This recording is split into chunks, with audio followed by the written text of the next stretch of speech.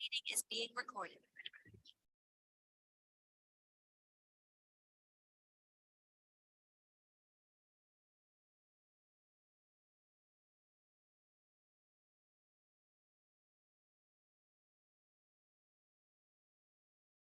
Please, can you see my screen? No, not yet. I can't see your Okay. screen. Okay, just hold on.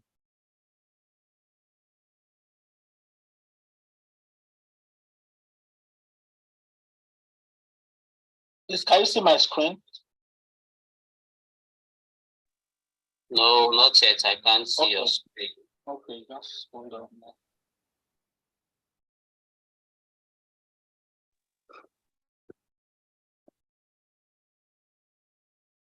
Please, can you see?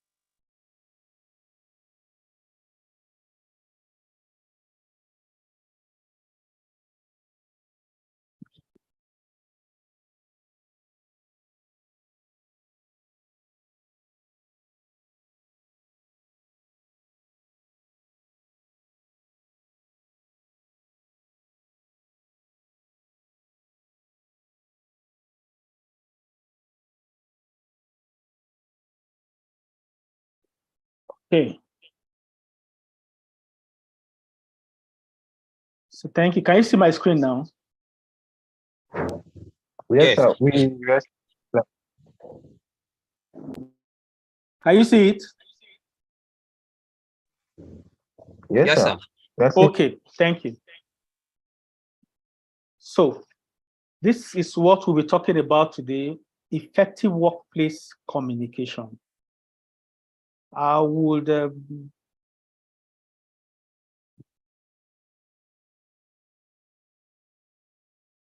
want to get to know you. So we may not have the time to introduce ourselves, but I would want to ask you a few questions. I want you to use the comment side. Don't mind the question. The first one is that, are you a cat person or a dog person? Please, can I see your charts?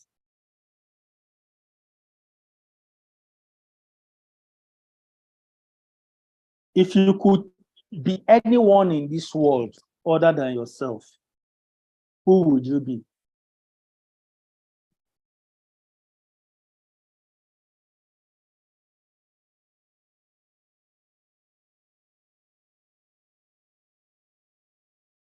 Are you a planner or a spontaneous person?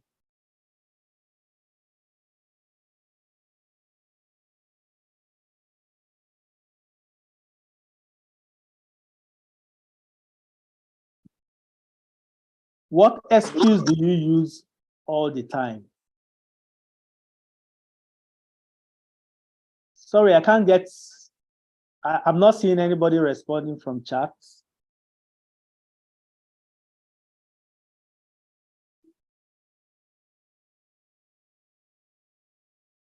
Okay, someone say I will be my mom. Wow.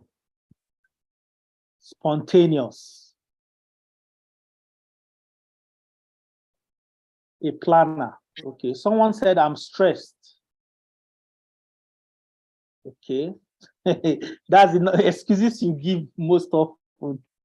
I'm busy. Okay.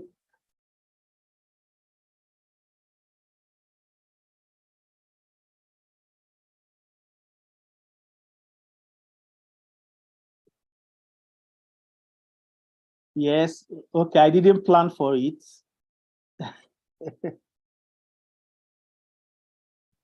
Okay. If you had another opportunity to live 50 years more, what career path will you pursue?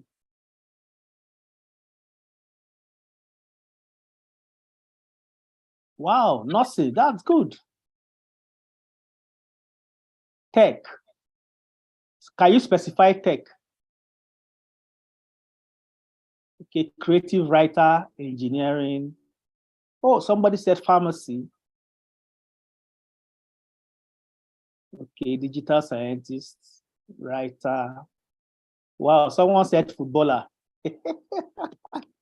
That guy wants to make money.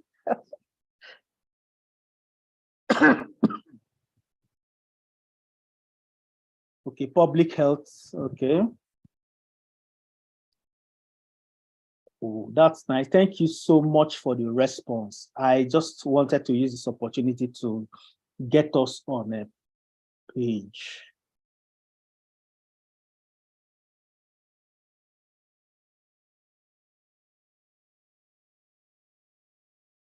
Someone asked, why are we talking about communication? Why is communication important for pharmacists?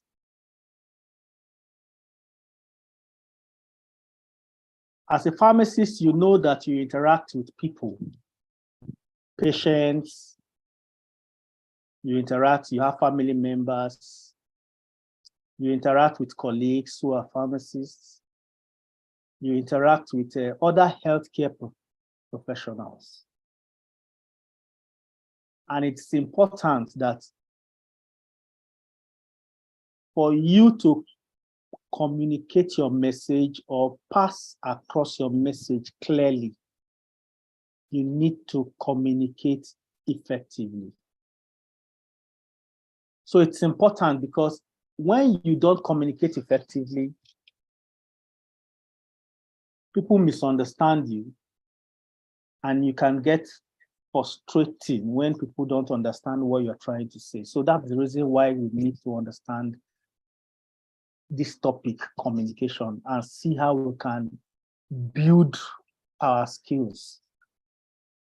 Jokingly, I was telling someone that this communication, I started learning communication when I was in primary 3, when they told us means of communication. So it's not new. Most of the things we're going to learn today, you've come across it. But I think that we'll still have 1 or 2 things to learn today from this particular subject matter. And I want you to be open-minded, feel free, contribute, ask questions, make contributions, because see, learning, we're all going to be learning by doing that. So it's important because you dispense medications, carry out pharmaceutical care and counseling services. And for you to discharge these activities very well, you need to communicate effectively. That's the reason why it's important to do that.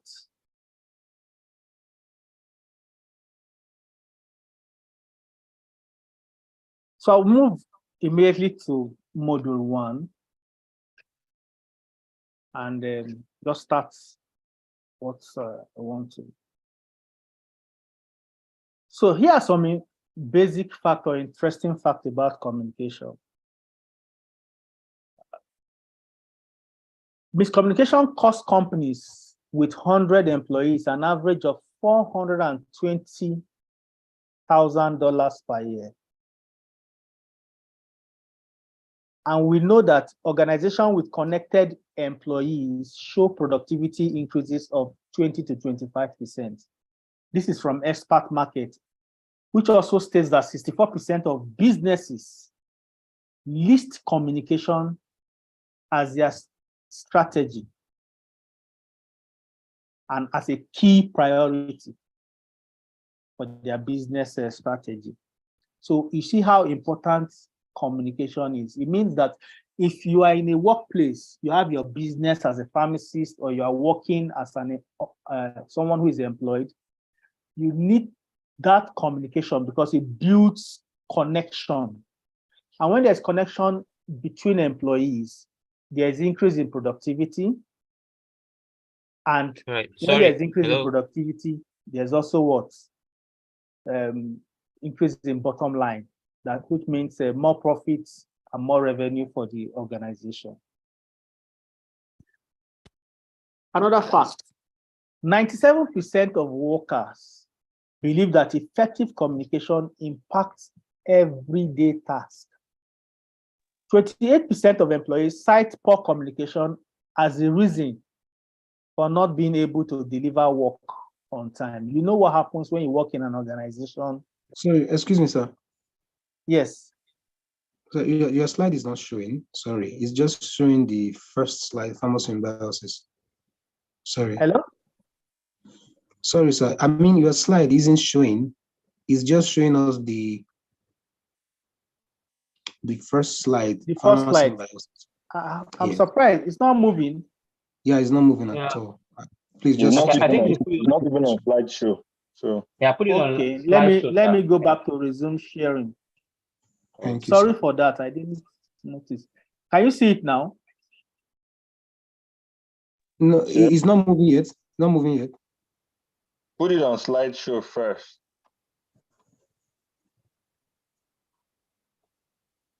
It's actually on slideshow. It couldn't be. It can't be No, on slideshow.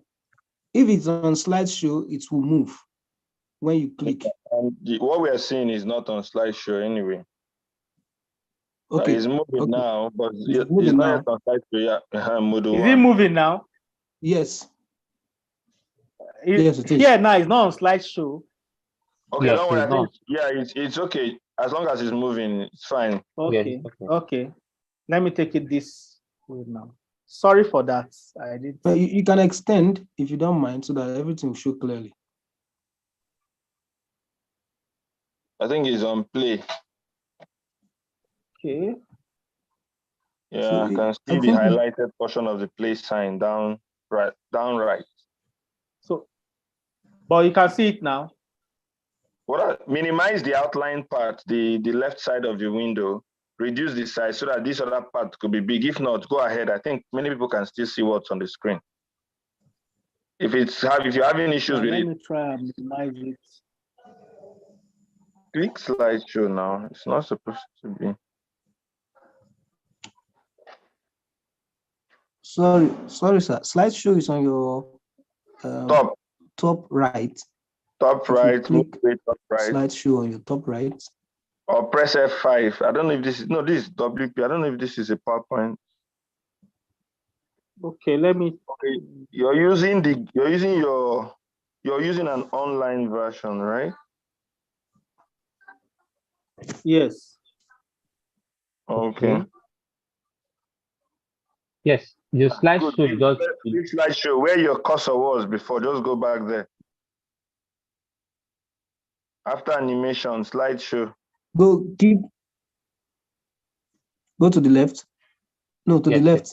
To the left on the top. Towards up your right. After review. Or before review. Yeah, good. Yeah, that's it. That okay. You went Yes, off. I'm trying to. Let me see. Okay. It's just that it also cover my slide. So if you go top right, you will see slideshow, animation, and review. They are close to each other there. So I think slideshow will extend everything. Try pressing F5 on your screen and see if it works. F5 on your keyboard. See if that works. Yeah. F5. If it's for function keys, you use a function No, key. it's not working. Press the function key and press the F5 and see if it works. Yeah, I've done that, but it's not. Don't worry, Spice, I think you can go ahead with it, Dr. Spice. Let him go ahead. Let him go ahead. It's not, but I can see from my own screen. I don't know about if the other person is using smaller phones. Is it okay go now? ahead, so you don't waste your time. Okay. Sorry for that. So let me go straight to what I was talking about. So let me start again. I just explained that there are basic facts on communication. It shows that the miscommunication costs companies with about 100 employees an average of $420,000 per year. And it also shows that organizations with connected employees show productivity increases of about 20 to 25%. 64% of businesses list communicating their strategies, values, and purpose to employees as a key priority. So that's how important communication is to organizations. So in an organization, in a workplace, in your business, it's key that the communication that happens around helps in building connections, which increases your own bottom line if you are a business person or you are actually working as an employee. So it's important that as a pharmacist, as you even grow in your career and your profession, when you are employed, for instance, as an entry in your entry level, what they look out for is actually your technical skills. But as you move up the managerial role, they are looking at soft skills like communication, which is very key because as a leader, one of your strong points should be your ability to communicate the vision of the company, the objective of the company, and communicate in such a way that you can motivate the employees to deliver results. So that's why it's important that this communication is important that everyone gets to learn it. It's something you learn on a daily basis, you improve on it. You can't come up and say, finally now I'm a master in communication. Even me who is delivering this lecture, I'm not a master in communication, but every time we keep improving so that we'll be able to do what? Communicate clearly to people we manage, to people we counsel, people we provide advice for. So it's very, very important that we take note of that. Then I also mentioned here that 28% of employees cite poor communication as a reason for not being able to deliver work on time. And I said, if you work in a big organization and you want certain deadlines to be met, the major reason why sometimes deadlines are not met is because communications don't happen or the communications are not effective. Someone has a hitch and cannot do his or her work effectively. Instead of communicating that I have a problem, he keeps quiet and allows the deadline to pass. Now, when they now ask, what's the reason? Why didn't you do this? And you say, I had a hitch. And they ask you, but you never said anything. So the person gets angry, probably because they don't understand me. I had a problem. But the issue is not that you had a problem. The issue was that you did not communicate. So it's important that we take note of that. Studies also tells us that 70% of mistakes in the workplace are a direct result of poor communication.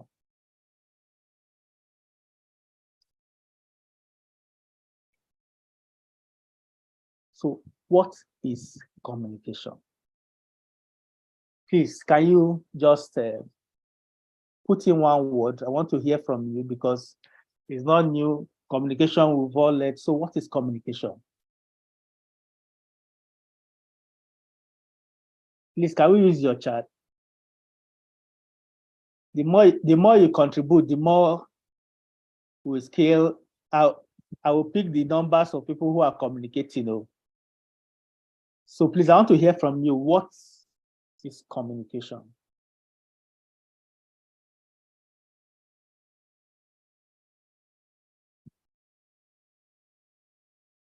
Okay. It's a process of exchanging information and ideas, which can either be what? Verbal, written, non-verbal, within an organization. It can also be an exchange of information between two individuals. This communication may be formal or informal. In the workplace, most communications are formal. In the workplace, you can also get informal information like grapevine information, what we call grapevine communication. So informal communication also happens between you and your friends, you and your colleagues, and you and your family members. So someone says the method of disseminating information, which could be verbal or non-verbal between individuals, yes. Ability to pass information from a sender to a recipient in a way that the recipient understands. And it may be verbal or what? Non-verbal. Yes. It can also be written. It can also be, written. Maybe you are trying to present to maybe an audience. That can also be a form of communication. So someone said method of passing information. Thank you very much for the contribution. So effective communication is said to have occurred when the intended meaning of the sender and the perceived meaning of the receiver are the same. So what does that mean? If I say 1, 2, 3, 4, as a sender, I'm sending a message 1, 2, 3, 4. The receiver should be able to get 1, 2, 3, 4. When that happens, we say that effective communication has taken place. But if I send an information and say 1, 2, 3, 4, and this receiver gives me feedback and says 1, 2, 3, then effective communication has not taken place. So what that means is that when you are communicating, you must communicate clearly. Most people misconstrue that communication to be, oh, he speaks so well. No, he's not speaking so well. It is clear speaking. That is what communication is. It's not that his grammar is very good, so he's very good with communication. No, you can speak good grammar, but the person you are passing that information to may not understand completely the message you are trying to pass across. So it's important that your communication should be clear. It is only when that communication is clear and the intended receiver gives you a feedback, and that feedback that he gives you is the same as the information you gave him, then you say that you have actually communicated effectively.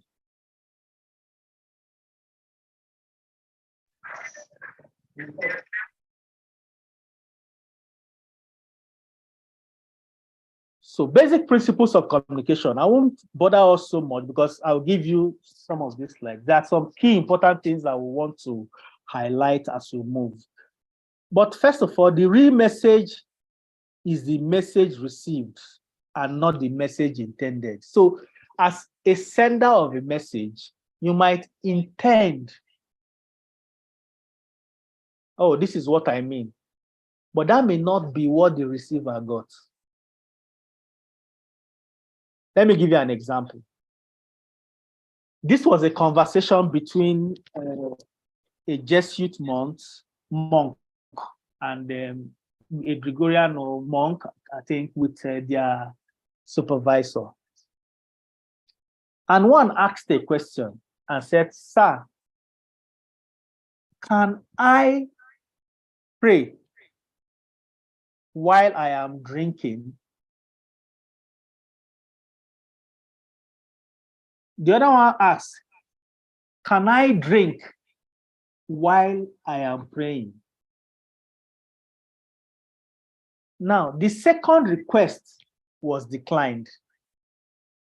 The first request was given. What do you think happened? Can I pray while I'm drinking? Can I drink while I am praying? Can somebody explain what happened? Why was one given assent and the other one was declined?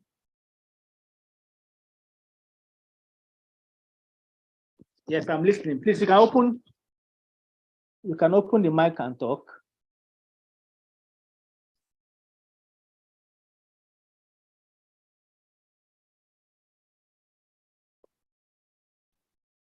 All right, thank you very much, Dr. Spice. Please, you can go ahead and speak. Unmute yourself and speak. Okay. All right. So first of all, which one was accepted? Can I drink while praying? Is that the one that was accepted? While drinking? Can I drink while praying was declined. Can I pray while drinking was assented to. Okay. So my understanding is that the one that comes first, so the first action was praying. So in the context of the religious, so if you are praying and you decide to drink, that's distraction. But if you're drinking and decide to pray, in the context of what is the persons who the conversation was going through, then if you are praying and you decide to drink, that's distraction from prayer. But if you are praying, if you're drinking and decide to pray, that's understandable, because you don't necessarily need to, that's my thinking, you don't necessarily need to, prayer is something that can come emergency and you have to pray. And you don't need to stop your drinking to, make a word of prayer, even if it's not very verbal or very pronounced. So you could just pray silently in your heart. Thank you. Thank you. Okay. Right. Do I have another person? Yes, thank you. Let me chip in something. In addition to what Dr. Spice has said, let me just put it this way. Praying, can I drink while praying? More like distracting you. I'm telling the person, can I be distracted? Or is it fine for me to be distracted while praying? And then can I pray while drinking? Well, it looks more like I am trying to even go closer to God while drinking. In the context of drinking, I know most times when we use the word drinking, we already believe in alcohol in that context. So the religious, we always say, don't drink alcohol, maybe minimize. So I would say, okay, when you say, can I pray while drink? It looks like this person is trying to go closer to God. So let's allow him to go closer to God. Thank you very much. Thank you very much. You are all correct. One is like a noble kind of thing. Oh, okay, I think it's admissible. You have been drinking, but now you've decided that, okay, maybe drinking, you want to ask God for forgiveness. Okay. Can I pray while drinking? But can I drink while praying is seen as a distraction. So you can see that both of them actually wanted to communicate something. It's both drinking and praying. But one communicated effectively. The other communication was ineffective. So that's why it's important. Sometimes you may mean something as someone who is passing the message, but the person getting that message is getting something else. And that is why it's important that we need to communicate clearly. And as a principle of communication, the real message is the message received, not the message intended.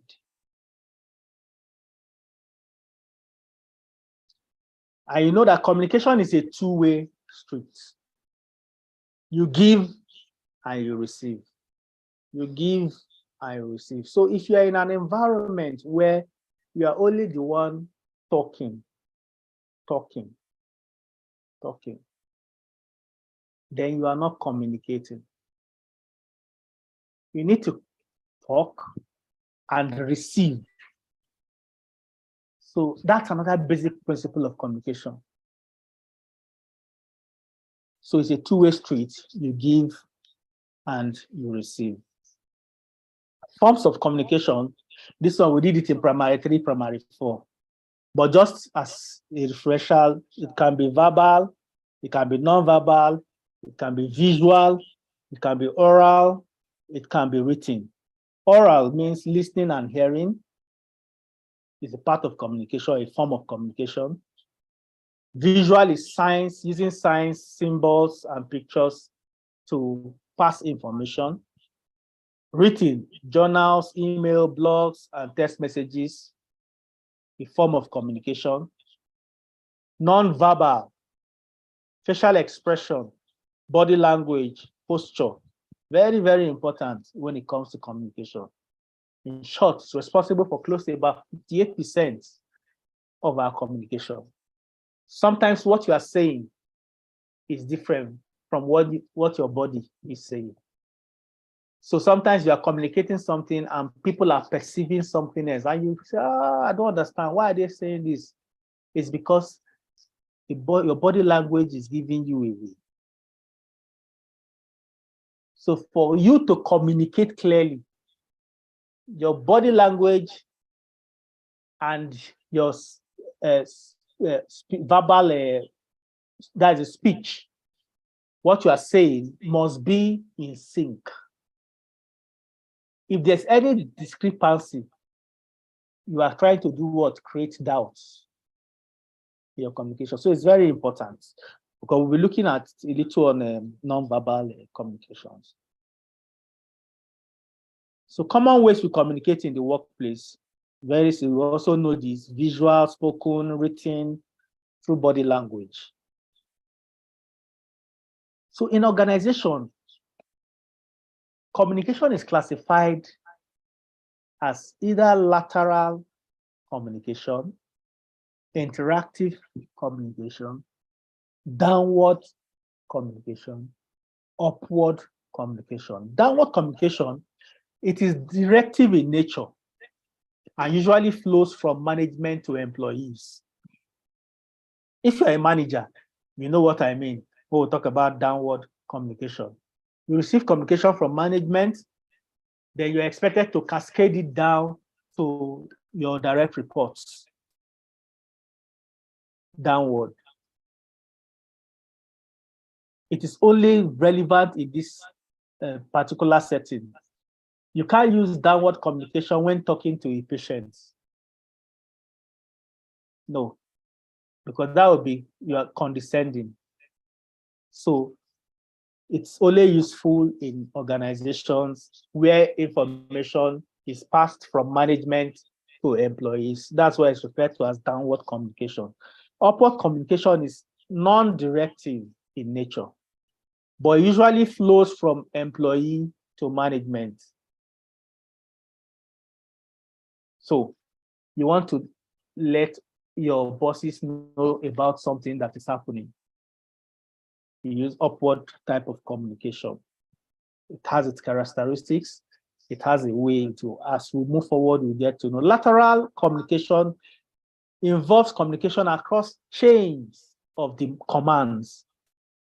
It facilitates coordination among departments. So if you are in, let's say, pharmacy in a hospital setting, and you want to talk to someone who is in another department, you use lateral communication.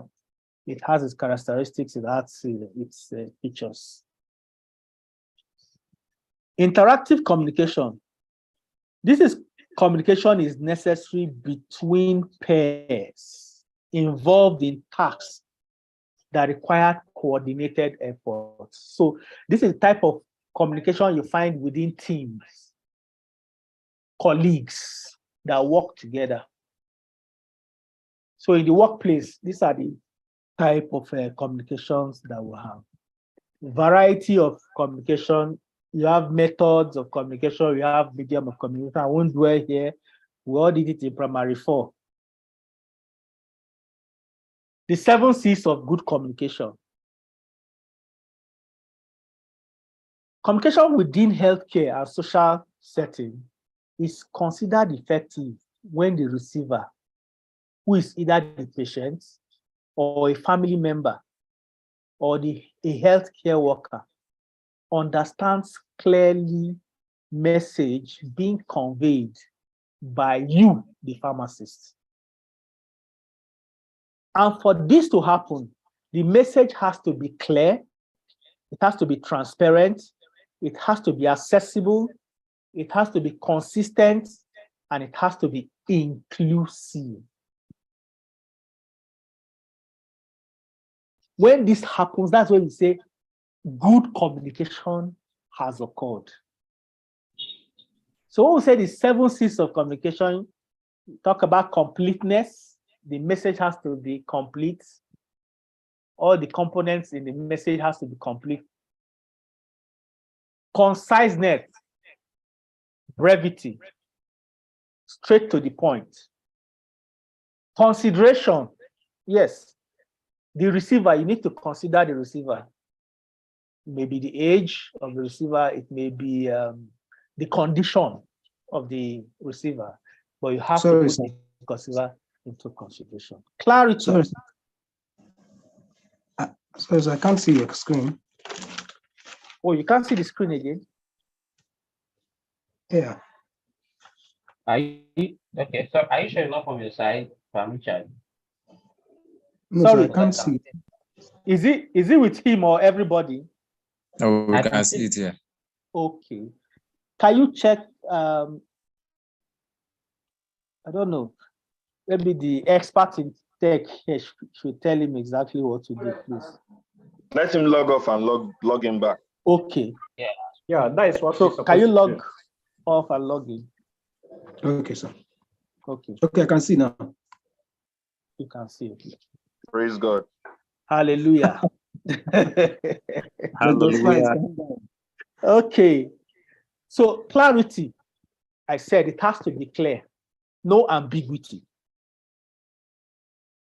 Concreteness, the structure is important. Courtesy. So you don't talk condescendingly. We talk appropriately, putting into consideration, the person who is receiving the message. Then correctness. The message you are passing across has to be accurate. It must not misinform. So that's the 7 C's of communication, of a good communication. We won't bother with this. This is similar to what we've just done. Characteristics of effective communication, and we'll just pinpoint that. I'll give you the slides if you want. So what are the reasons why we communicate? Before we go, I want to hear from you. Why do you think we need to communicate? Or what are the reasons why we communicate? Please, you can open the mic or you can send your messages on chats. I know people who are contributing. Communicate is to share our thoughts. Or should I call names?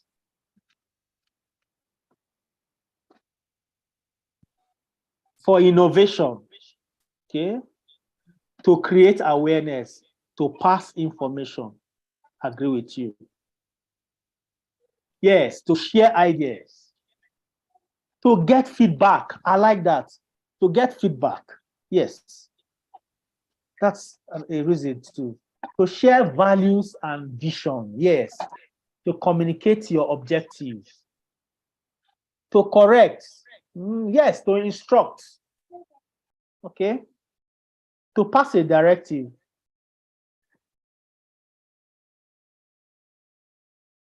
It's like this directive. Please, are you a director?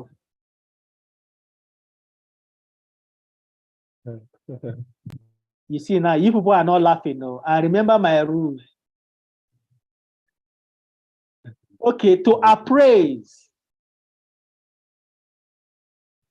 to ensure the right thing is done. Thank you very much. I think you know that, so I won't bother so much with that. The reasons why we communicate: to inform, to reflect, to persuade. Everything you said is all coined here. You know, to deliberate, to influence and persuade, to sell, to give advice, to greet. So many things that there is so many reasons why we communicate. Functions of communication. Now, when you communicate, what function does that come? What does it do? The first one is information function, to provide knowledge that employees need for guidance in their action. Remember, I'm focusing on workplace communication. When the need come out, if it has to be probably within family, within its informal setting, I will chip in examples. They have command and instruction function to make employees aware of their obligation and to provide guidance. You have influence and persuasion function to encourage employees to perform or to exhibit a certain behavior. Integrative function to relay how the activities of employees are connected with the goals of the organization. Let me ask you, if you are the CEO,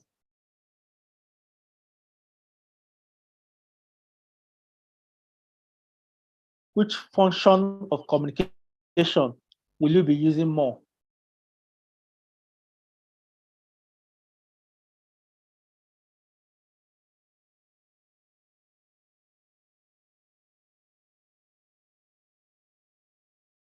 Which function will you use more?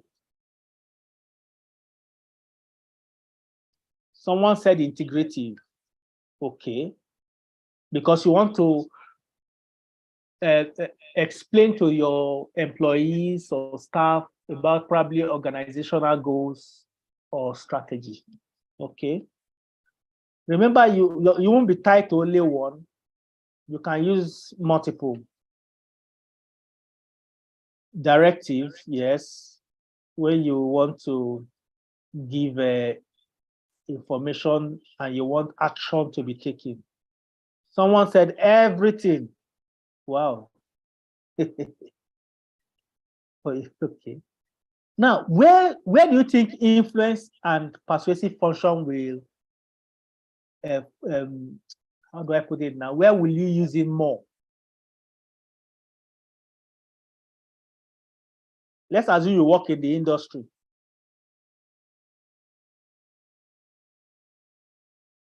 As a pharmacist. As a sales manager, you know, this will be one of the things you'll be doing because you want your team to deliver on the numbers. So you encourage them to perform because you want them to exhibit. So you encourage them to perform, or you also communicate to them because you want them to exhibit a certain behavior that you know that when they exhibit it, it will drive results. So as a sales manager, as even as a rep, you want things to be done. This is the kind of communication you engage.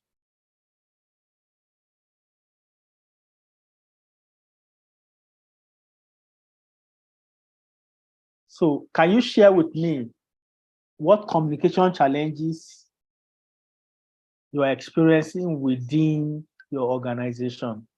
Maybe a pharmacy department, in a hospital setting, industry, company, it may even be at home. We can share, please. So please, I'd like to get like 3 people so that we can move on.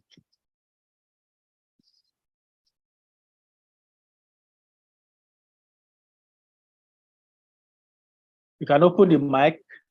Then for those who don't want to talk, if you want to put in, you want to chat, you can send your message. I'll read it out.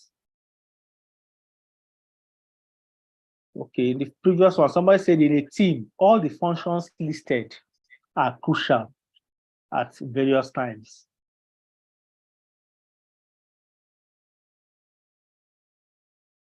Okay, somebody said getting family members to understand my viewpoints. Wow, that can be very sticky and very difficult. It's even easy to get by in the workplace, but in family setting, you need to really mind your communications, how you communicate, how you. Lack of understanding from my team members. Wow. Do you think it's lack of understanding from your team members or lack of understanding from you? So it's a two-way thing. Look at it from your own side, look at it from your team side. Language barrier. Counseling a patient. When I'm counseling a patient, language barrier, yes, it could actually impact on your communication effectiveness, yes. Very true. Language barrier. Ability to convince patients, clients, and meet other paramedics. Pre-information in pharmacy outlets. Wow. Yes, ability to do what? Convince. It means that you need to develop your the persuading and influencing aspect of your communication. In the hospital, lateral communication is difficult because everyone thinks the other person is encroaching into their territory. Hence, the patient suffer. Yes, it's true, but it's still a problem, lack of communication. Because if we communicate appropriately, then it will be easy.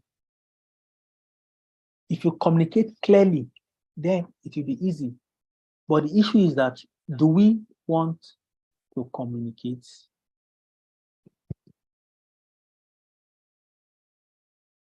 Staff not being able to express themselves. Sorry, let me go back to this. Staff not being able to express themselves well, despite an enabled environment to do so. Wow. So it means that those your staff, they need training. They need to understand, what do I need to communicate? How do I need to communicate it? So you need to be trained, because it's a skill that can be learned. Okay. Can I get people talking?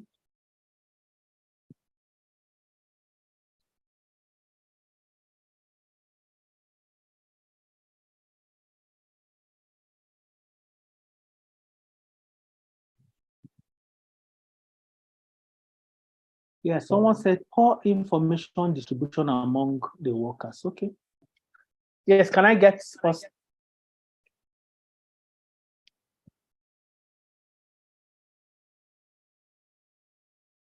Okay, I'm going to give somebody a book, an ebook.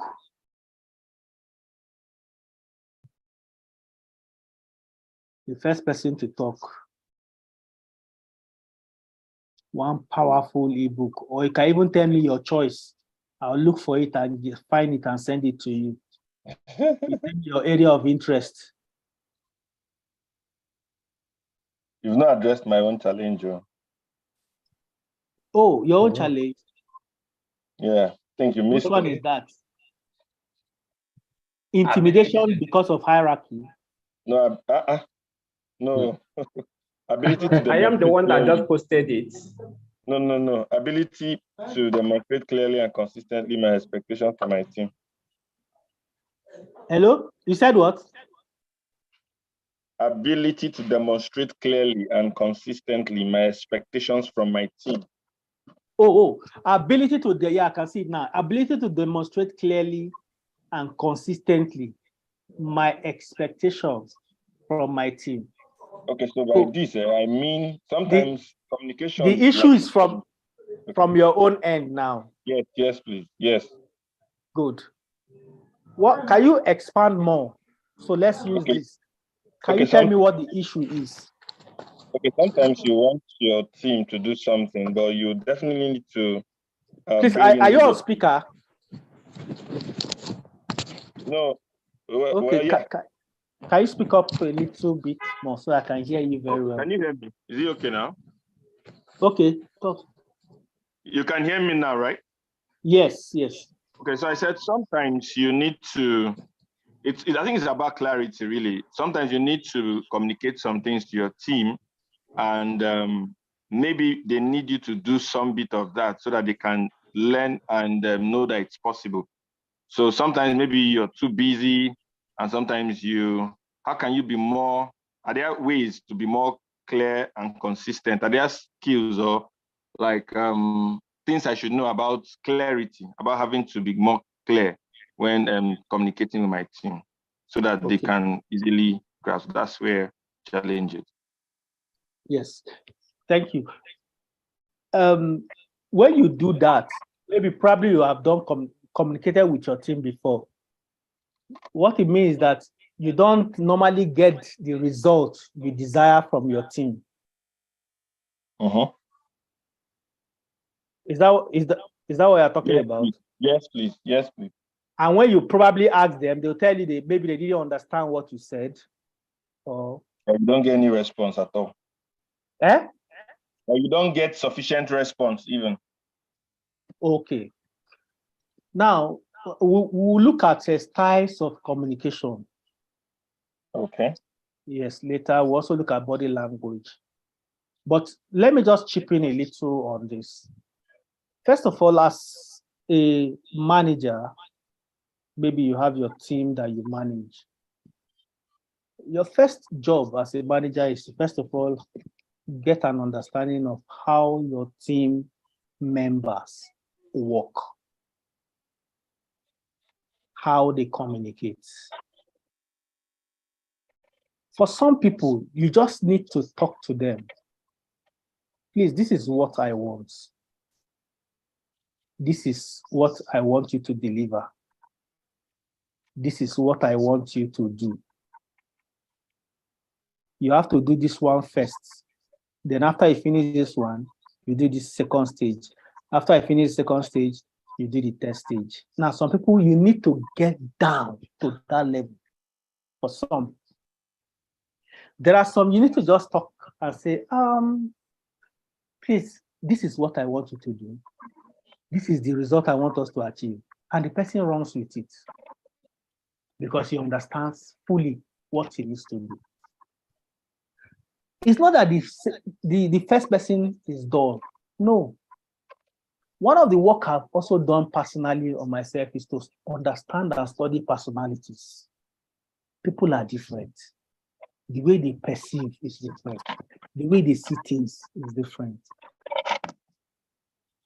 So it doesn't make one dull and one more intelligent. No, it's just that they see life differently. And it is not their fault because it's part of their genetic making, then also their environment. So as a manager, you need to understand that very well. This is my team, this person, I just need to. Then there are some that after discussing with them, they know what to do, but they won't do it. But if you want them to do it, write it down. So for such, what we do in those days is that if after talking in the meeting, I send a mail detailing what I want you to do and so on. So some people, once you have written it down, they know, this thing is serious, so they do it. So you can explore these different angles, but take the time to understand each member of your team. As a manager, your role is to motivate your team to deliver results. If your team does not deliver results, you have failed. So like I said, in those days, when you are a manager, you want this one to do this one to do this one. If this one is not doing this one, you shout on that person. No. Today, the role of a manager is different or is evolving. Your role as a manager today is to provide all the necessary tools, enablements, training, supports for your team.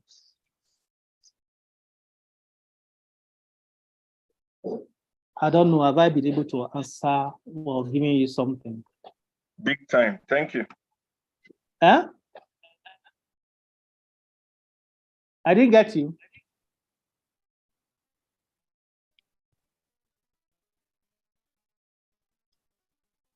Hello, pharmacist Joseph.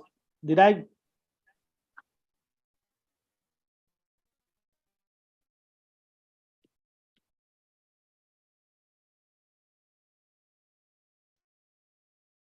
Okay.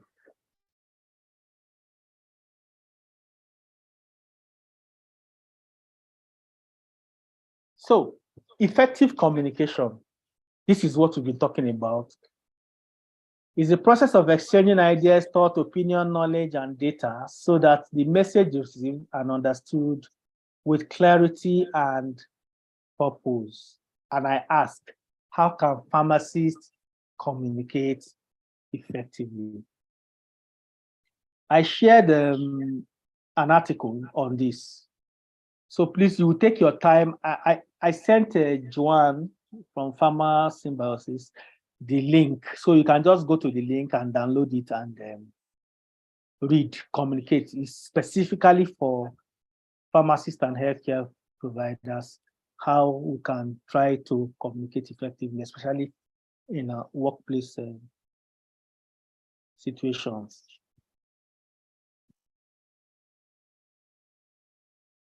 So thank you very much. Can we take like 5 minutes break? We'll come for module 2. This will be returning 11:35.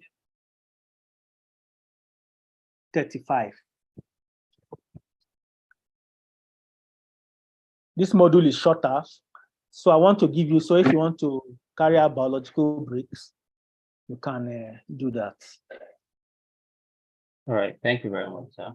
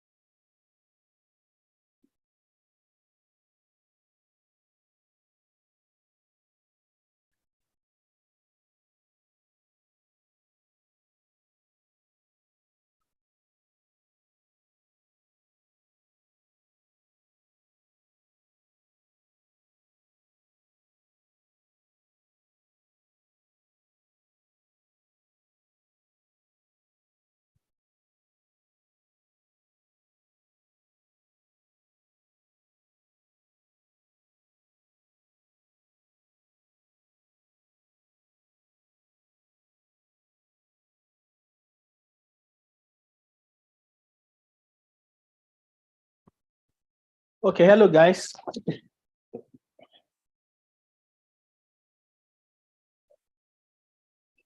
So please, are we back? Yes, we are. Okay, if you're back, please just tell me I'm back. Let me know. So that we know those that will not be in this stage now. Please, let me see. I'm back, so that we can continue. I want to be fast as much as possible here because the meat is actually like module 3 and 4. Yes.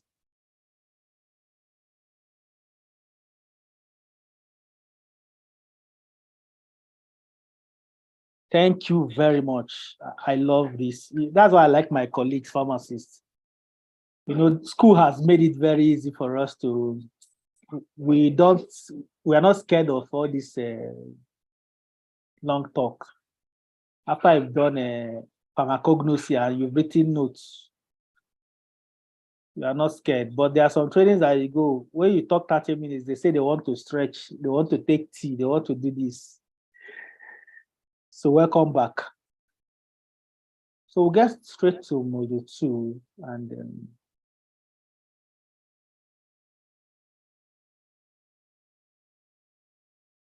I need to move out this, okay. So remember we said effective communication, for it to take place, it means that the message sent by the sender is the same message received by the receiver. So what skills do you need to develop to be able to communicate effectively. So that's what we'll be looking at in module 2. We'll look at the skills, we'll delve a little deep into it. Then we'll give contemporary examples. Then if you have contributions, I would like to take them. So effective communication skills, active listening, giving constructive feedback, non-verbal communication, questioning, presentation. These are skills that we can build, you can learn, and you can't learn it by reading. You learn it by practice. So you can take out and say, okay, fine. That's why you look at the word active listening, because you also have passive listening. We're looking at the levels of listening, and you see how it is. So, but I'm more interested in active listening, because that's one skill you need to develop to be able to communicate effectively in the workplace. Listening is an active process, yes, and enables us to attach meaning to the information we receive. And it actually requires effort and concentration. So it means that it will take energy from you. But for you to communicate effectively, then you need to be a good, active listener. And for you to communicate effectively, you know, it's important that you learn that skill and practice active listening at the highest level. So effective listening helps convey interest and respect for the other person. You know, sometimes somebody is talking to you and you are looking at the person, but the person knows you are not listening to him or her. And when somebody notices you're not listening to him, it shows a sign of disrespect. So it's important that, you know, when we engage in active listening, we try to do it the proper way to ensure we convey respect to the person. So what is the proper way of listening actively? What are the levels of listening? And what do we need to do to listen actively? The first level is ignoring. The second level is pretend listening. The third level is selective listening. Then the other one is attentive listening. Then the last one is active listening. In attentive listening, you try to understand the content, get every detail, or you may not be interested in the person passing that information. But in active listening, the difference is that apart from trying to get the detailed information, you are also interested in the person you are communicating to. That's the difference. Selective listening, you know, there are some people who are accused of listening selectively. They only hear what they want to hear. It happens in politics a lot.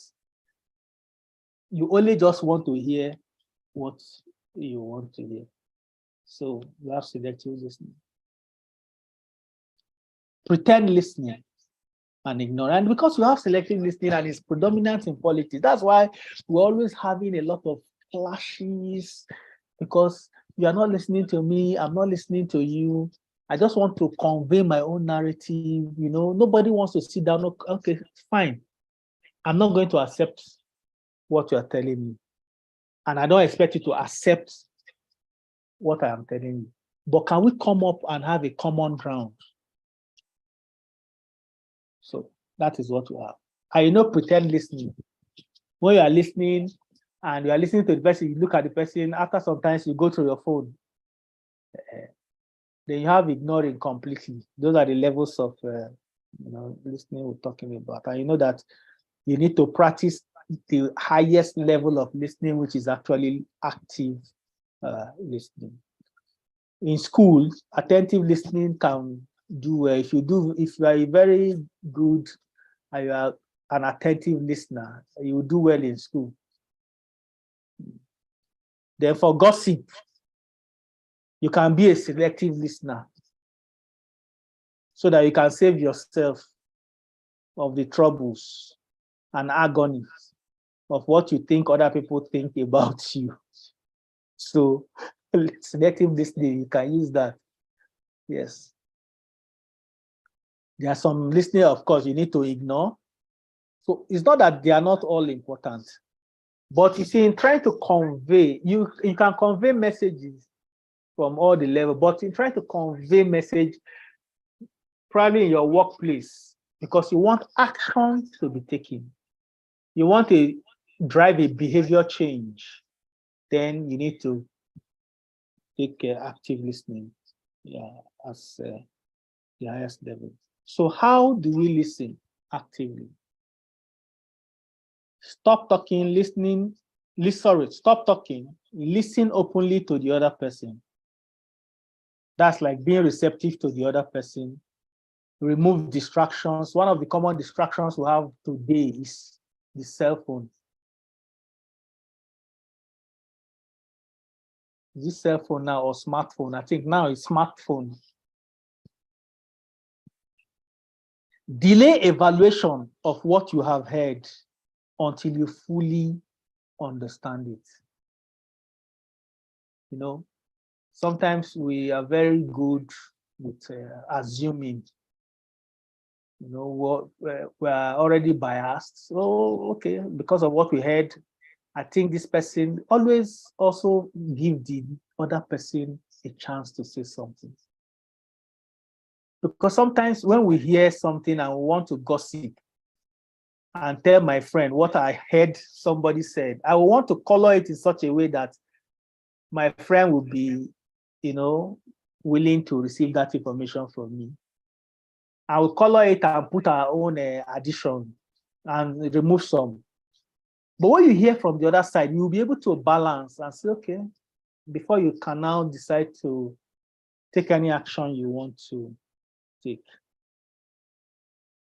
Well, try not to be defensive. We're all on my own part.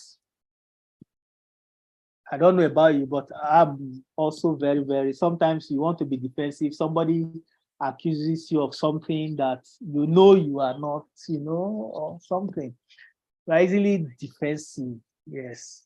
It's normal human nature.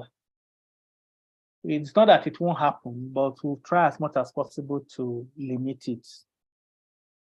Maintain attention. Yes. How do you maintain attention when you are listening to somebody? When somebody is speaking to you and you project forward, what that simply means is that, yes, that is one form of listening. The person says something, you paraphrase. Did you say this? Or is that what you mean? It shows you are listening to the person. Ask the other person for as much detail as he or she can provide. So when you are actively listening to someone, you are asking the person because you want to understand his own point of view or her own point of view.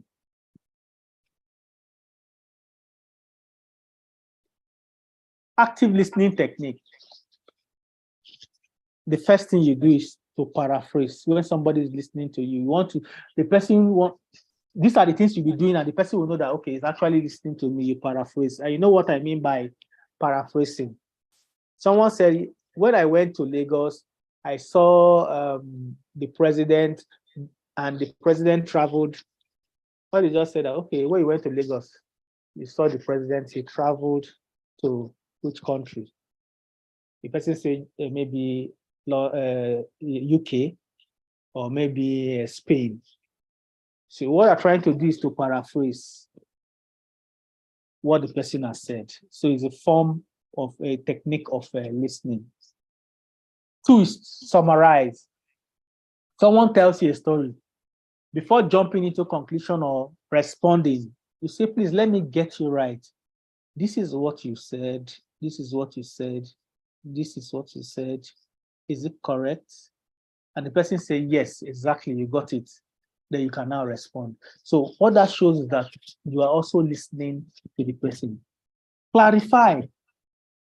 When you don't understand something, you can ask, please, can you say it again? Do you mean clarify? Try clarifying issues before, carrying out any action you want to carry. It's very important. Then reflect. When somebody passes information to you, no matter how offensive it is, you can also sit down and look at it and say, okay, reflect on it and make a decision. Do I go? Do I return? Do I come back? Or do I attack? But you need to do that. And when you carry out this, what you are doing is that I'm trying to actively listen to the person. And when you do this, you get all the necessary information that you want to get from that person that will enable you to carry out the action you intend to carry. Types of listening skills, 5 of them. You have discriminative listening. Trying to differentiate sound that somebody is, doing. This is very good in music. It's a skill you can harness in music. Some people are very good there. That's why they have the ear. You see somebody has an ear for music. Comprehensive listening. Trying to understand the meaning of a message. Probably you are trying to read. That's why you have the word comprehension, a story. You want to try and understand what that message is. Then you have this is empathetic. Empathetic listening. Understanding the feeling of the speaker. I said it earlier on. You need to put the speaker into consideration. Or the you are the one listening now, but you need to put this person into consideration. When someone is speaking, he conveys feelings along, he conveys emotion, and he speaks logic. So to listen attentively, you need to understand both the logic and the emotion. And sometimes when we get that, it also helps us to put things into perspective.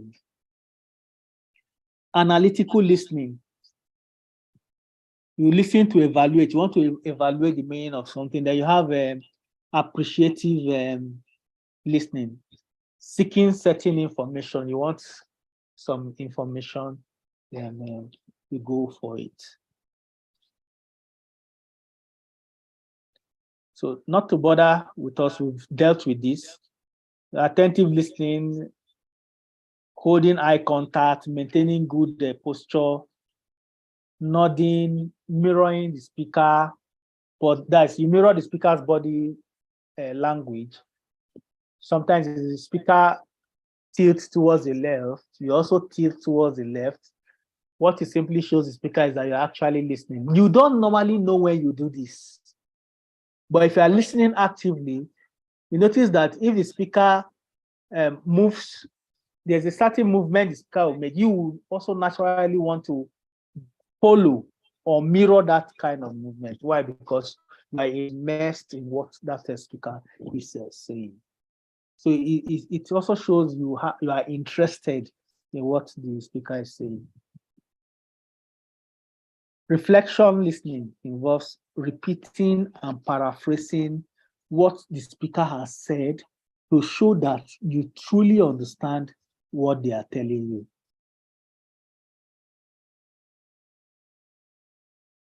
listening styles.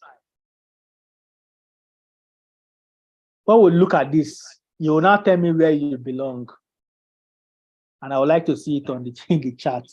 Relational listening.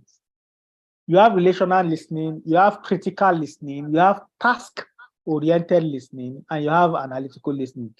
The truth is that almost everybody makes use of these 4 types of listening style profile. But the truth is that you use 1 or 2 predominantly more than you use the others. Relational is people-oriented. It's empathetic. It has empathetic tendencies because you want to understand how the people feel. You focus on other people's feelings. There's verbal benevolence because you allow the person who is talking to monopolize the talking because you want to get the information. You want to allow the person to convey the feelings.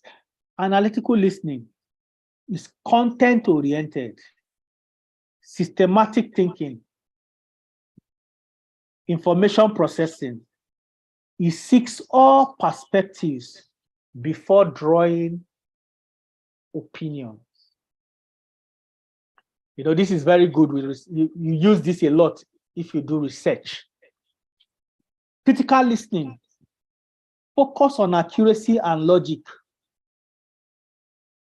Here's error and inconsistencies. Conversational assessments. It also notes verbal contradictions. People don't like this, and it can be repulsive. You know, when somebody is telling you, you are looking for, he said was instead of is. He said went instead of is it a go? You know, yes, the person may have made mistakes with respect to the grammar, but that person is passing a message. So if you are critical, you may not understand or get what the message that person is trying to pass across. Then you have task-oriented listening. It's action-oriented, no time wasting, lacks empathetic ability. That means it doesn't really consider feelings. It's more concerned with data. What is the data saying? What are the figures? Seeks brevity, no long talk, just straight to the point. This is good for business. So most business communications revolve around task-oriented listening. Get straight to the point.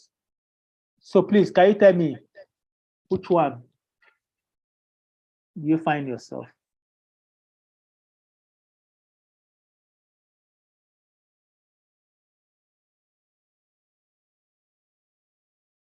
Hello?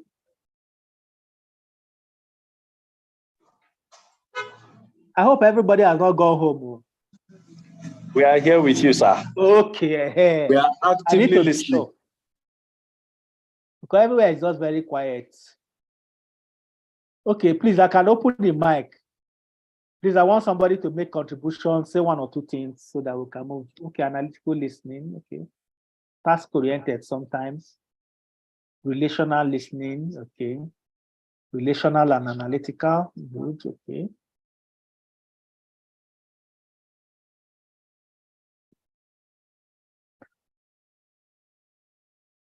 So which one do you think that most leaders that lead us in this country, which one do you think they dwell more on?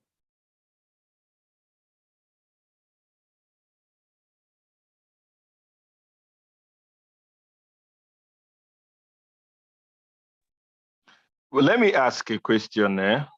Okay. Is it not possible that sometimes in different situations, we can apply different listening styles? Because I know that there are certain discussions where there are certain times I am interested in, I am a task-oriented listener. For example, when someone comes to me and says, look at this thing, someone draws my attention from my schedule. I'm busy doing something. And then you're calling my attention to something and I have to listen to you. I am more task-oriented at that time. Now, but if I am also talking to somebody and we are discussing over a bottle of, drink, I don't think I'll be too task-oriented. I will be much more relaxed and maybe a bit of a relational listener. Definitely, right? you are very correct.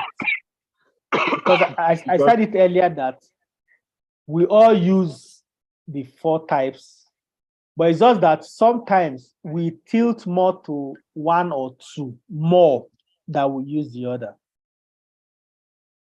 Okay. If you check, they're all relevant in some certain roles, at a certain time. So yes. Okay, I agree it's with not you. That you are one person is particularly just. It's just that you use more. Some people may use more of relational and task-oriented listening. So when you're trying to settle a dispute, you find yourself when you're trying to settle a dispute, between maybe you're trying to resolve conflicts. Yes. You may not be you won't be task-oriented fully. Definitely. You won't be very analytical. In that case, you'll be relational and analytical. Yes. And also a bit of critical too, because you need to be sure that somebody is saying the truth. I agree with you. If you are too task-oriented at that time, it's not you miss out a lot of things. But you need to be relational. Let us put it in this perspective. These 4 listening styles, everybody uses it in situational cases. Context, yeah. Or context. It is situational. Mm-hmm. So it now depends on where you find yourself. But normally, you use 1 predominantly or 2 predominantly more than you use the other. Okay. I don't know if you get what I mean. Very true, I do. There are some people that don't like conflict, for instance. They run away from confrontation. Even when it comes to people fighting, you won't see them trying to settle the case because they don't have that energy to do that. So in that case, they are more of relational. You see them only where things are happening. Then there are people that are more task in the workplace. If it is not numbers and business, there's no room for discussion. Even when people are maybe trying to bond as team, it's reminding you people that, look, that customer, you have to see that customer by 5 or something like that. So we all use the different styles, but we predominantly do 1 or 2 more than we use the others. So please, I don't know if it's okay. Can I proceed? Yeah, it is. Can proceed. Okay. Poor listening styles, 5 of them: spacing out, pretend listening, selective listening, word listening, self-centered listening.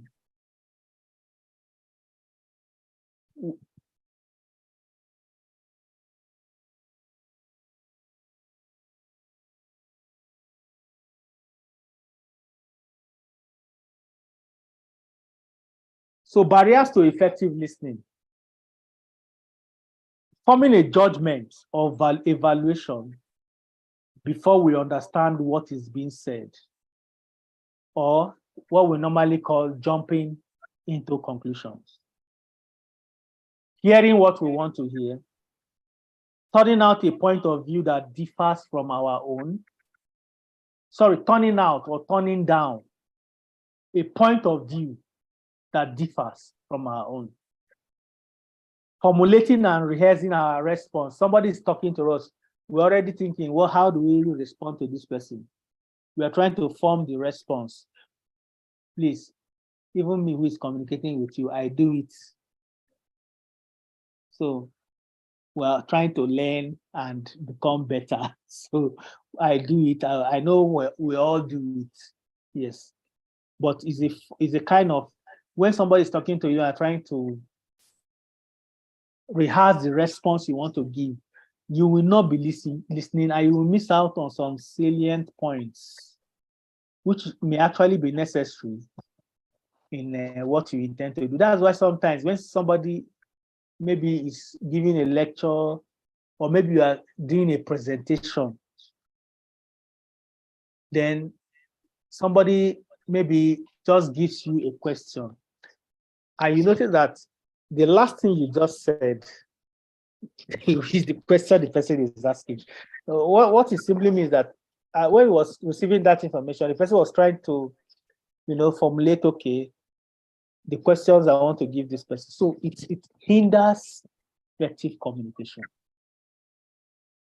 Judging the person either positively or negatively, they will have what they call subjective biases based on ignorance and prejudice. This is a whole lecture that you can take for, let's say, 7 hours when you are considering biases. Where you are considering biases. So you notice that bias is something that hinders effective communication. Because I'm saying something, I'm already biased about it. So I'm not going to listen. I've already created filters so that as you are bringing the information, I'm receiving them away, filtering them away. So it's very common, and it's a barrier to effective listening. So class exercise. Think of a recent work-based situation when you felt that you were not well and truly listened to. What was it about the other person's verbal response or non-verbal response that led to you to draw this conclusion?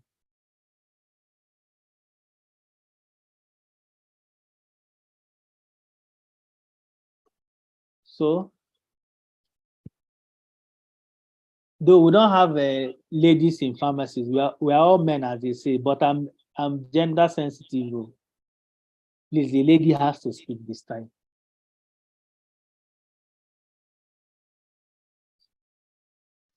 What of a male with a lady voice? Don't impersonate.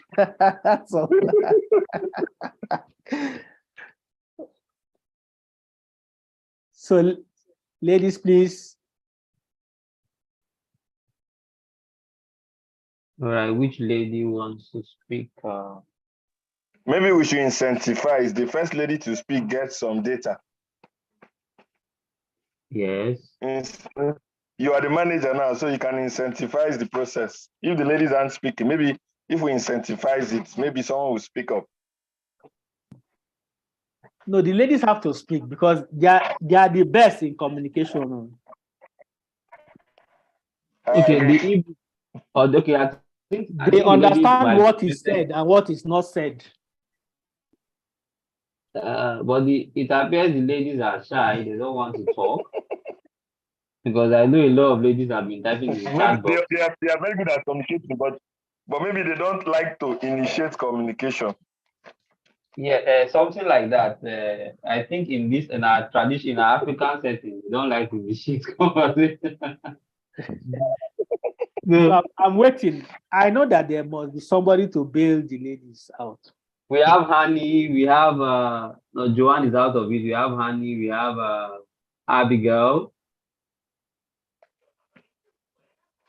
we have Deborah, we have Faith. Yeah, I think Abigail has been very active on chats.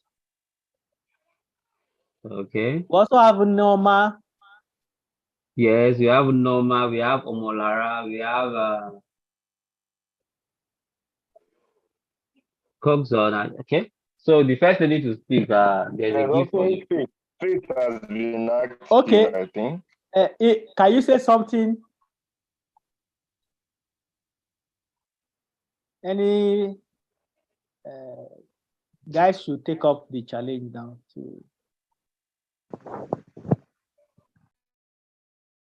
The question is, think of a recent work-based situation when you felt that you were not well listened or truly listened to. I would like to answer. Please, who is that? Who is that? Let me get. Normal. Yeah, is it normal? What do you like reading? Is it normal? I didn't hear you. I said, do you like reading? When is necessary. I don't have anything else, but I have books I can give to you. No problem. Which one? Which area do you like? You say? I mean, which area? What area do you read mostly? Which books? I don't have any preference. It depends on the importance. But any book is okay. Tell me one so that I can know what the one to send to you. Okay, anything on what we are talking about, communication. Okay, I will send you one. Okay, thank you, sir. Please take note, I beg, so I won't forget. I'll send. If you talk, I will join you inside. I'll send to you. But if you keep quiet, I'm not going to send anything. Okay, to answer the question. Yes. A situation that happened that I felt I was not truly listening to. Where I was working, we had issue with our computer, input of the items and prices. So I complained because there's a person that is in charge of it. So maybe it's the manner of my complaint. I don't know, but it was not a one-time complaint. So maybe at that point I was already fed up because there was no much changes done. So I think it was my tone, or maybe the person was already in a bad mood. So the thing escalated. So the verbal response I got from the person changed the whole situation of the item not being properly entered into another level. So I think that was the situation. And what made me to draw the conclusion is that even after the back and forth argument, there was still nothing done about it. So I think the communication issue, if I'm being truthful, is from both ends. Yeah. So yeah, that's just it. Okay, thank you. But on your own side, what have you learned what did you learn, from that occurrence that can help you to manage that kind of situation if you're in another workplace in future? Okay, if I'm being faced with the same problem, I think what I would have done better is to be able to present the items I'm having issue with clearly to the person in charge. Instead of just saying it verbally, I can also go further to put it in writing, or better still document it, so that there'll be like an evidence that I've already made this complaint. Just like you stated that there are some people that they require you to write things down for it to be done. Okay, so maybe I think that would have been another approach for me to pass my information. Okay. Thank you so much for that. Okay. Yes. I want more answers.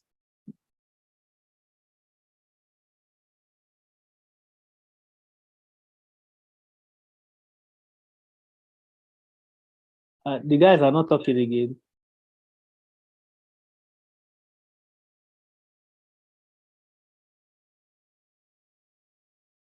Hello. I think Ifan, you wanted to say something. Yes, please put Ifan on. I want to hear from him. Oh, okay. I think Kabir is on. Ifan is it? Okay, Ifan, you're right. Okay. On my own, the encounter I had was a presentation I was forced to make to people who do not really understand English very well. So I felt they never really and it showed in their faces. Hello. Hello? Okay, I think he's done. Well, if I It's like we didn't get the play. okay, it's like he's off. Okay, Mohammed, who wants to talk now? Talk. Hello. Hello. Yeah, We can hear you, Mohammed. for this exciting program. My experience is in my workplace was I find it sometimes difficult to navigate between my superiors when events that I need something, but it has to pass through one superior to the next.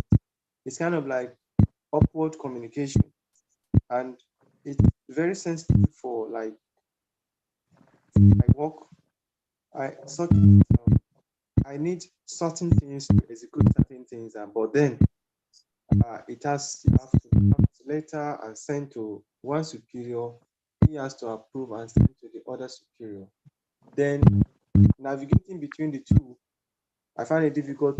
Who do I challenge? Because I want to work, I don't have what I'm supposed to use for my work, and I have to report. So now reporting to them is a very difficult situation for me, and I guess these are some of the few challenges we have, especially from middle career. Hello? Yeah, I didn't really get what you said, but let me try. Did you say you have difficulties communicating? Do I say upward communication? Is that what you mean? Yes, yes. Okay. What is the issue? Upward communication to request for certain facilities to make my work okay, easy. Yeah. Okay. So what is the issue? Is it that the management is not providing it, or the management they have issues, or what? And there is resources constrained, and there are policies. It has to follow from one office to the next. Okay, there are resources what? Constrained. Yeah. Okay. Okay, I quite understand. But another thing, when I handle communication, I tell people, for instance, if you want to get your boss to approve a work tool for you, or to approve anything for you, telling your boss that, sir, this thing is very important to me. It will make my work easier. What your boss is seeing and hearing from you is someone who is self-centered and selfish. Oh, please, can you provide this for me? It's important. If you don't get this thing, I cannot do this job. You are likely not going to get it, except the organization has money. But let me tell you the secret if you want to get things done and approved. Do you want to hear? Or I should just move to the other slide? So we want to hear. It's very important. Eh? We want to hear from you. Very important. Okay. I wanted to be sure. Let me tell you something. Everybody is selfish. If I want something from you that you can approve, I know that thing is important to me as a person. That's why I'm looking for it. But telling your boss how important that thing is to you will not persuade the boss to do it. But you need to tell the boss that if you buy me this thing, This is how it is going to improve your own business. I didn't say you should lie, but critically look at it. You need a laptop. Why do you need a laptop? What role do you perform in that organization?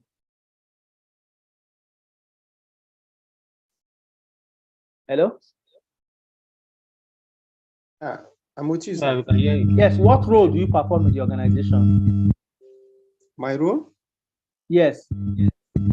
Okay, it's a community pharmacy setting. Eh? The community pharmacy setting. We have experiences of failure of payments. We have sometimes failure of network. No, sorry, I'm not hearing you properly. This is. Can you hear me now, sir? Okay, say it again. Okay. I'm a superintendent pharmacist. Okay, okay. Yeah. Then I manage between the technical staff and non-technical staff. But sometimes I have to come and sort out issues when our client make transfer. The money is not delivered, it's not seen, but we have cases whereby some people have done similar thing and the money was not paid. We have to pay it back to the boss. And then sometimes we used to have network challenges using our POS and what have you. Okay, sorry, please. Yeah, I can't really get you because I'm. Can you just say it for the last time? Let me pick what you're saying, so I can give you a proper answer. A superintendent pharmacists that are managed between technical and non-technical staff. Okay. And then sometimes we used to have issue with our gadgets, light failure, internet failure, payment transaction failures. Then we're like, okay, can't we devise a way of, for those that cannot make these transactions, or when in an event that we have technical failure, our system is such that it works with light before we can see the prices of the commodity, of the drugs in the store. That is when we can categorically say, this is how much this one costs. So sometimes we have to like use, we're not like trying to persuade the manager to like make it offline so that whether network or no network, we can still see the prices of these things and we cannot keep our customers waiting. But then he's of the opinion that when it is online, it keep track of what is happening in the pharmacy.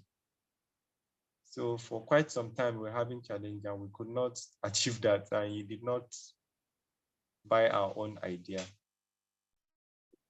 Okay. A little bit from, if I can put what you just said, have you been able to do a critical analysis of the money he will be losing if he doesn't implement that thing, or the business will be losing if he doesn't implement it, or the money he stands to get, or the revenue he stands to get if he implements that? I've not done the analysis. I'm not expert in financial. Eh? I've not done that.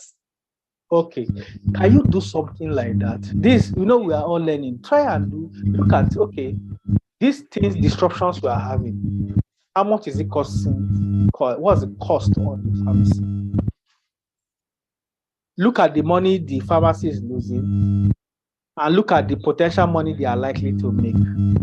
All right, thank you, and sir. Send that message and see whether they will consider it or not. Yeah, I get the point. Thank you so much, sir. Thank you very much. Okay. Okay, thank you very much. Mom, I don't know if you get how you are going to do it. You can quickly just you don't need to get an accurate value, but from the customers that you are not able to attend to due to such situation, you can just make it. You should know around what the cost of what is going to buy. Know if you go around that, then get even it for 2-3 days. Use it to get an average, and then you can use it to make a case. Thank you very much. Thank you very much. Thanks. So I was told that you are supposed to have a break. Is it by what time? By 12. It's already break time, yes. So that we is it by 12? Yes. Okay. So The break is for how many hours? It's for 2 it's supposed to resume by 4 for the second part, which has the other module. By 12. We're supposed to resume by 2 to continue. Okay. But yes. So what do you suggest? I should give you a break now. Okay, from since you are the trainer, you should know when. Yes. Can you give me, let's say, 15 minutes? Let me deal with this so that we'll just have 2 modules so that when we come back. Okay. Don't worry, I won't. They are very easy to go through. So I'll leave this this particular assignment, class exercise. When we come back, we'll do that. Now, the next skill is giving guidelines for giving feedback. You know, when you communicate, what you expect is that you want somebody to give you feedback. Yes. Because when you get feedback, it shows that the message you sent has been understood. And the action you want to be carried out will be carried out the way you want it to be done. So how do you give feedback? If you are the person who is receiving an information, then you want to give feedback to somebody, how do you do that? There's one principle I'll always say. When you are giving feedback, it's important that you take note of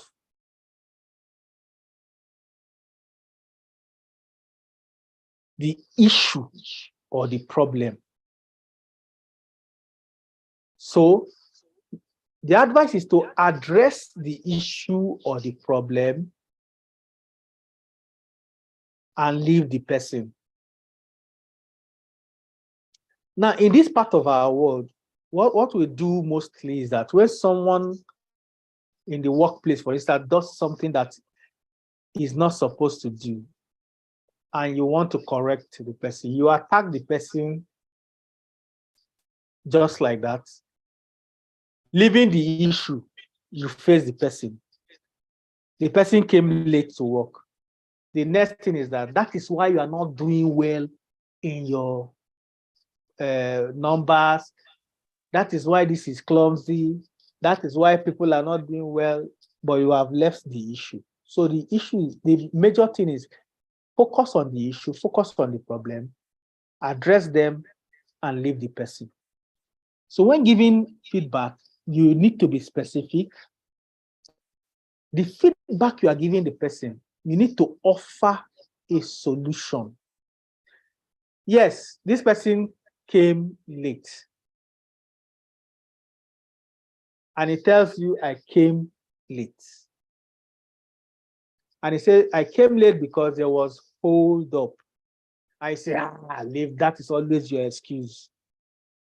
Now, that feedback is negative.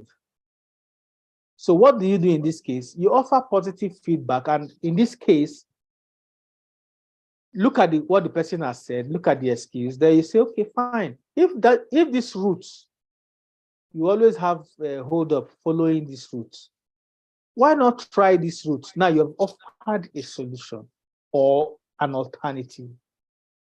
So when providing feedback, you have to be specific. You need to offer a solution. You need to be sensitive. People are different. There's not one, how do I put it now, one straight-jacketed thing that you just, if you are communicating, you need to consider the person you are communicating as a person. The build of this person, the background of the person is different totally, entirely from his next colleague. So sometimes the information needs to be specific, not broad, not general. There are things information you can pass generally, but there's some information that should be specific. Deliver the feedback face to face. Don't tell somebody to tell another person. Now I'm talking to you if you are a manager and you have people who report to you. You are a superintendent pharmacy and you have people who work with you. and somebody does something that is not supposed to do.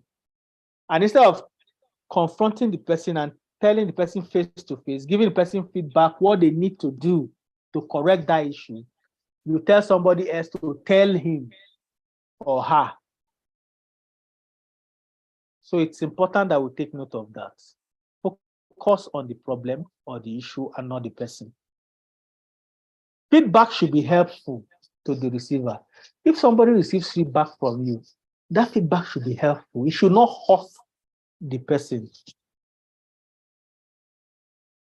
It should not make the person frustrated. But should be able to help the person, to do better next time. So that's the purpose of feedback. Feedback should be regular. And also, regular feedbacks, talk to people, get to know about them. So some people, you are a manager with somebody, you don't call them, there's no communication, you don't know what is happening. But at the end of the month, you want results to be delivered. You are in a hospital setting, for instance, you are the supervisor, and your people who are under you don't know what you are doing. Everybody is just doing what they want to do. So as pharmacists, you find yourself in a position of leadership where you need to supervise 1, 2, 3 persons. When providing feedback, it should be positive, it should be specific, it should focus on the issues and the problem. It should not be hurtful, it should help the receiver of the feedback. So this is very important. The next skill is questioning. You can minimize the effectiveness of your communication at work through the use of skilled questioning techniques. There's a proverb that says that he who asks the right question does not miss the road or the description. Asking question is critical and is very key. In this part of the world, we don't like people asking us questions because we don't want to say things. Like our leaders, politicians don't like people asking them questions. But it's only when people ask you questions that you also get to know what is in the mind of people. You get to know the next step to take. You get to know what you need to do for these people that will make meaning to them. So it's important to take note of that. Ask questions. In pharmaceutical care, you understand that questioning is one key skill that you need to use to probe and get information from patients. And you need to be skilled at probing to be able to get the right information. You need to be skilled at asking questions so that people won't ask you that, "Okay, they ask me too many questions. So please, I come here, I just want you to, I won't buy medicine. No, I'm not interested." No, you need to understand how questions should be asked. So types of questions. There are different types of questions that we use to extract or get information or ideas from people. And this is not, an exception when it comes to healthcare. You want your solution of what you are giving to be robust. You want your counseling to be robust. You need to be able to ask the right questions. Open-ended questions. You use this kind of questions to get more information. For example, how are you finding writing up your reports? For instance, somebody comes to the hospital and you say, "I'm taking this medicine." What kind of question do you ask that person? You can ask, "How do you take this medication?" Maybe the medication is supposed to be taken every 8 hours. You say, "I take it once a day." You already know that the person is not taking that medication. But if you don't ask that question, you won't get that answer.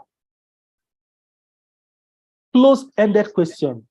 You use this for specific information, like a yes or no response. Like, have you completed your report? In this case, yes, I have completed it. No, I have not.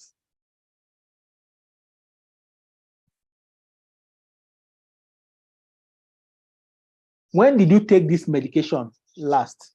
I take it every day. When did you take this medication last?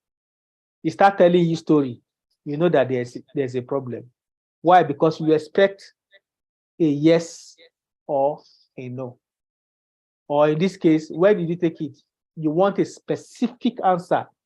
The last time I took it was yesterday evening.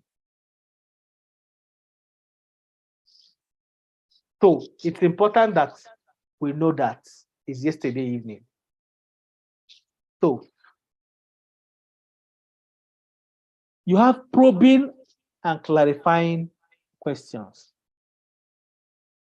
For added details, you want more details, so you probe more. How did it happen? Somebody has told you something, and I say, oh, how did it happen? You want more information.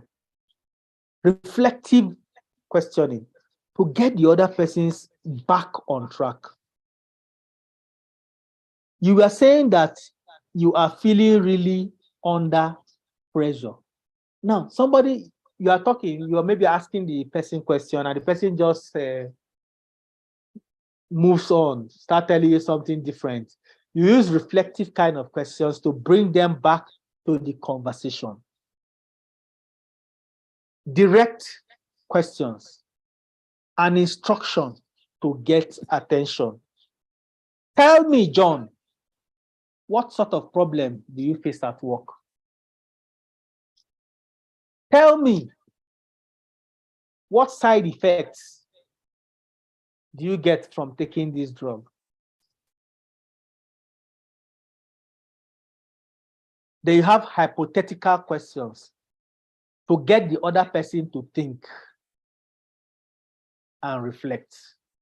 In this case now, what other points would you consider if your client was older? So these are the kind of questions that we need. And remember, I told you, questions like these are things that we can learn over time, use them over time. If you don't use them, you will not get to know them.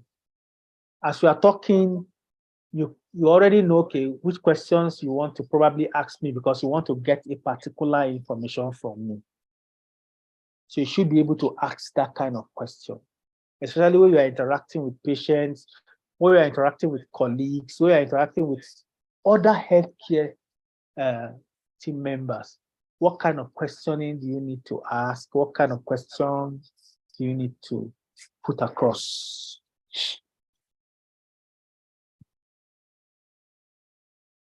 So, first one, rephrase the following close questions to make them open-ended questions. When did it happen?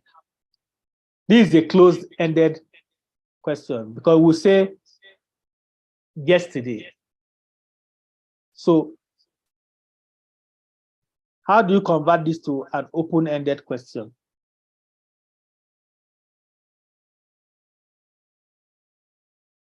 Yes? So when did it happen? When did it happen? When did this happen? It's closed-ended. Closed-ended. Make it open-ended.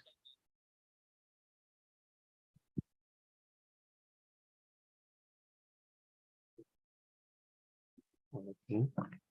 What Someone is saying, how did this happen? Yes, how did it happen? Correct. Are you enjoying your placement? To be yes or no, okay. So to make it open-ended now. Okay. Anybody? How are you enjoying your placement? You're already assuming that the person is enjoying it. Let me make it easy for you. How about we say, what can you say about your placement? What can you say about your, or how are you enjoying your placement?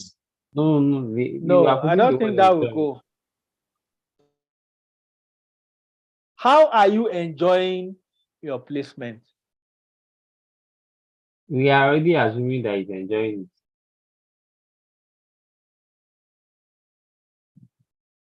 Okay. I can ask you, how are you enjoying your placement? You say, I'm not enjoying it. Did the meeting go well?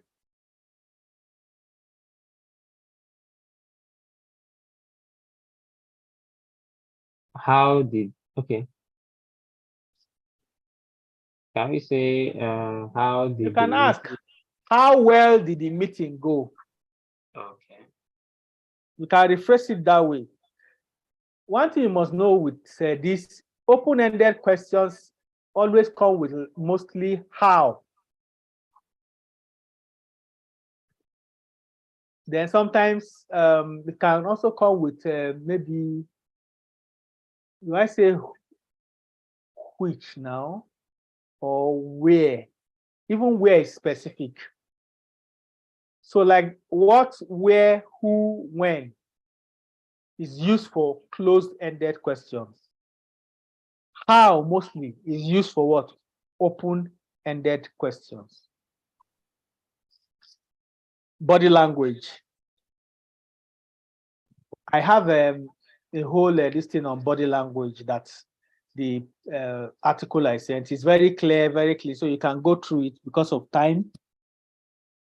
So, but the takeaway here is, it is not what is said most of the time. It may be what is not said, or how it is said.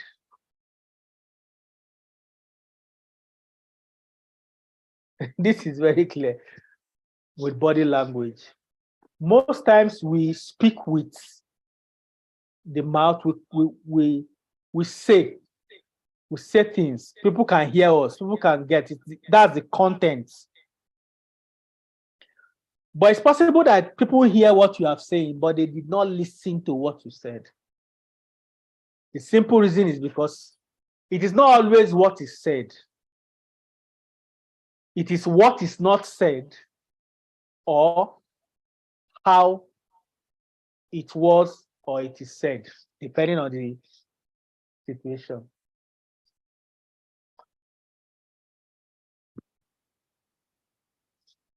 Presentation.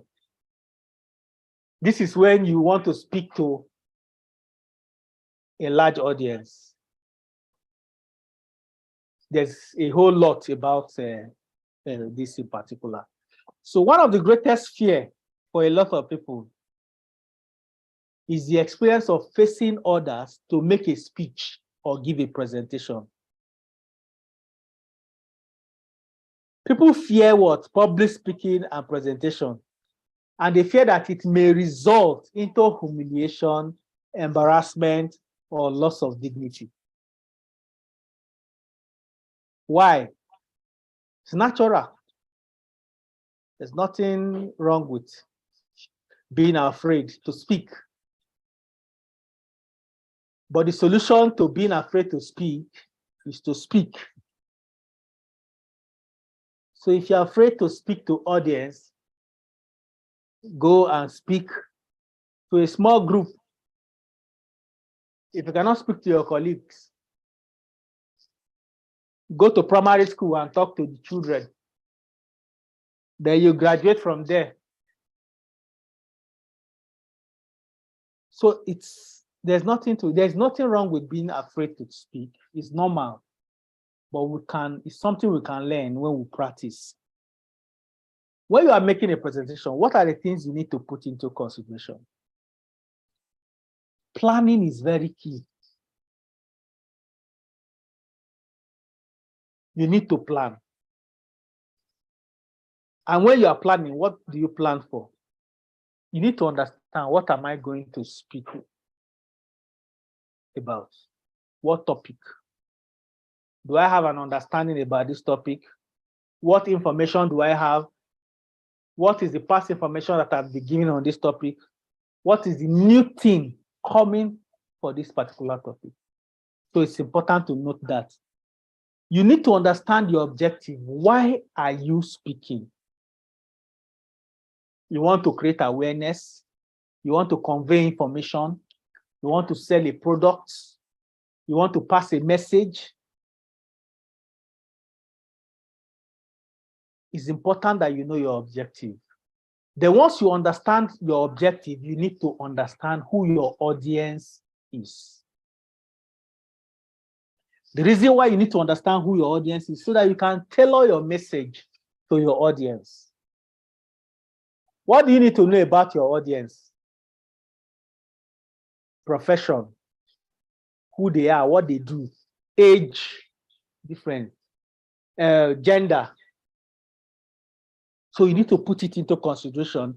You want to do a presentation. These things, they all help you to build your presentation so that you can present things that are appropriate, that majority of people will benefit from. Then you now draw a clear outline of what you want to say or what you want to present. Then you prepare. Prepare.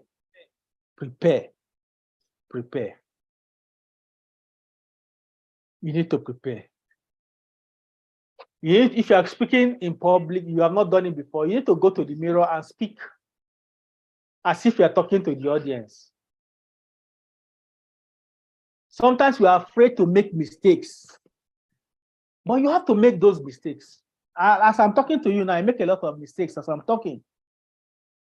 But does it mean I'm not communicating to you? We all make mistakes. But as you keep working on it, you become better. You know, one of the things when we were in school then, that they used to, haggle pharmacists is that we are very good at reading and reading. But when it comes to coming out to talk, no, we are not there at all. So it was difficult for you to see somebody in the university there who is the pharmacist as SUG president. And not just only SUG, maybe a lady being a SUG president. Though it happened when I left University of Benin many years. Somebody from pharmacy, was a SUG president. And I said, yes, the time has come. So we should not be afraid to speak. It's something that with time you build, over it, and you become better and you become confident. You don't get confident. You don't get confident before you speak.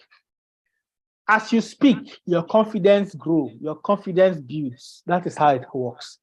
But if you're waiting until you get confidence before you start speaking in public, then you won't go anywhere. And remember again, practice.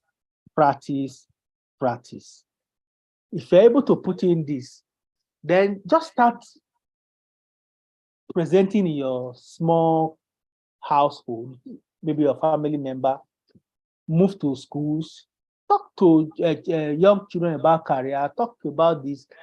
You'll be building confidence as you speak and talk. I can talk anywhere, irrespective of the crowd. Because the truth of the matter is that the information I want to pass at that particular point in time that I want to pass that information, I know it better than most people. So sometimes we're afraid, I don't know if I talk. Maybe no, prepare. Then, if possible, make sure that even if they are not going to hear any other thing, these 6 lines, they must hear it. So practice, practice, practice. You cannot do better than that. What elements do you need to deliver impactful presentation? Of course, this is content and structure. You need to do a lot of research, get information. Now you don't need so much of books. You go to the internet and search everything you want to search. Then distill it. Because it's not just about searching. There are a lot of information about anything you want to talk about. But it's your ability to be able to distill it in such a way that you can pass it out as a message. You do your body language, take care of your body language. You also learn this, become better at it. Now that we use to talk virtually, we're all learning to talk to people virtually and face the camera, which is not always easy sometimes. But if I'm talking in face to face, it's very different. But it's a new skill, you have to learn it. I've done presentations across the country over, sitting in my house. That is a new way to work. So you have to learn it. So it's important. PowerPoint. You need to learn to develop PowerPoint presentations. Very easy to develop. Take out that time to do it. I'm always sad when somebody tells me doesn't know how to do PowerPoint. Even some children now, primary 4, primary 5, they already know how to do PowerPoint. So it's not because you cannot do it, but because you have not decided to do it. So what do you need to deliver impactful presentation? Nervousness. If somebody say, yes. If they say, come and present and you are not nervous, then you need to check yourself. Even me that I've done many presentations, I can't count. I still have nervousness because it's something you need to ginger you to do that presentation. So you have interaction, you have practice. These are all you need to deliver impactful this thing. The qualities of an effective presentation. This is supposed to, sorry, there's a little error here. Qualities of an effective presenter. Appearance, attitude. When we talk about appearance, you dress for the occasion. If it's a business meeting, it can be business casual or you dress on suit. If it's a semi-casual, you dress the way the audience will appreciate you. Attitude, you have to convey positive attitude. People, you need to smile, even if I'm not seeing anybody, but I have to try as much as possible to smile. Because as you smile, it's all conveyed from the way you talk. So you need to smile. The attitude has to be okay so that people can accommodate you. Good eye contact. Confident manner, yes. Interesting voice. I don't know about my own, if my voice is interesting, but you will just have to, have an interesting voice. Knowledge, you have to have knowledge of what you're talking about. Enthusiasm, you have to convey that enthusiasm. The passion has to be there. Then the audience. These are the things you need to deliver that. So communication skills are things that lead to job success, and they are skills that you can develop. So skills can be learned. There's nobody who is, this guy is so gifted, he can talk. No, you can learn it.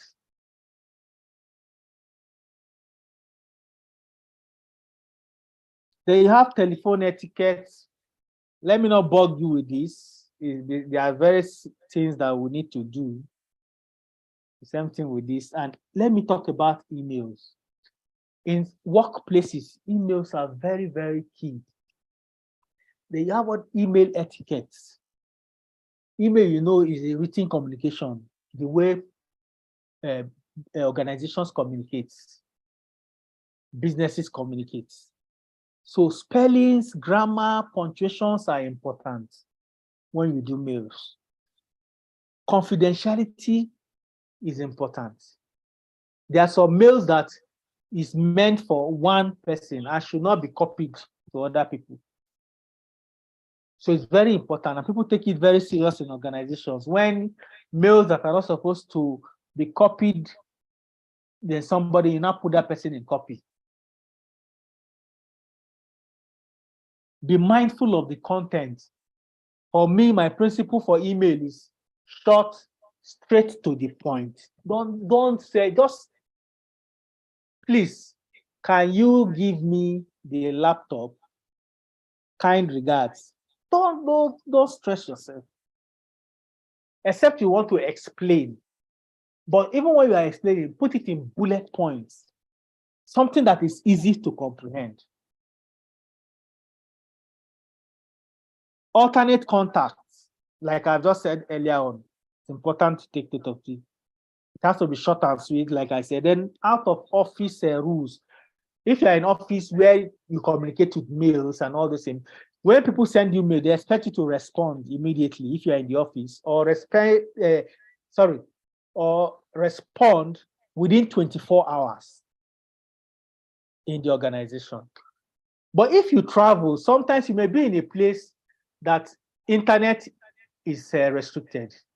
So in such a situation, you need to put out of what? Office rule. So that people who are sending you mails understand that you are not available to receive that mail. It's a courtesy and it's respect for your colleagues when you do that. Thank you very much for your time. So I will leave you to go for break. So I don't know, can you help me so that you can give me 1 hour, 30 minutes?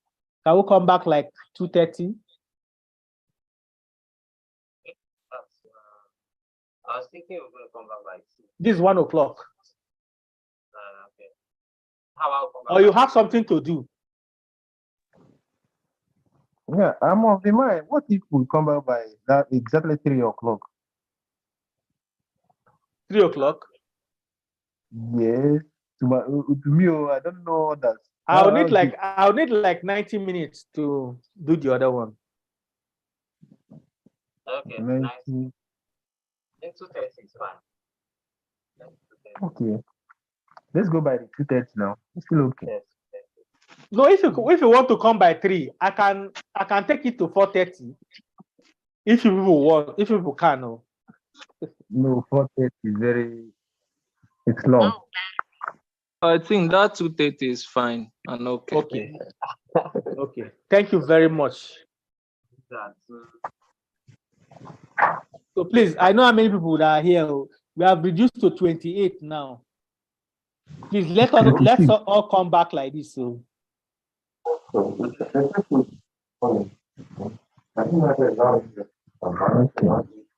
Okay, so what time are we coming back now? I think we should come back.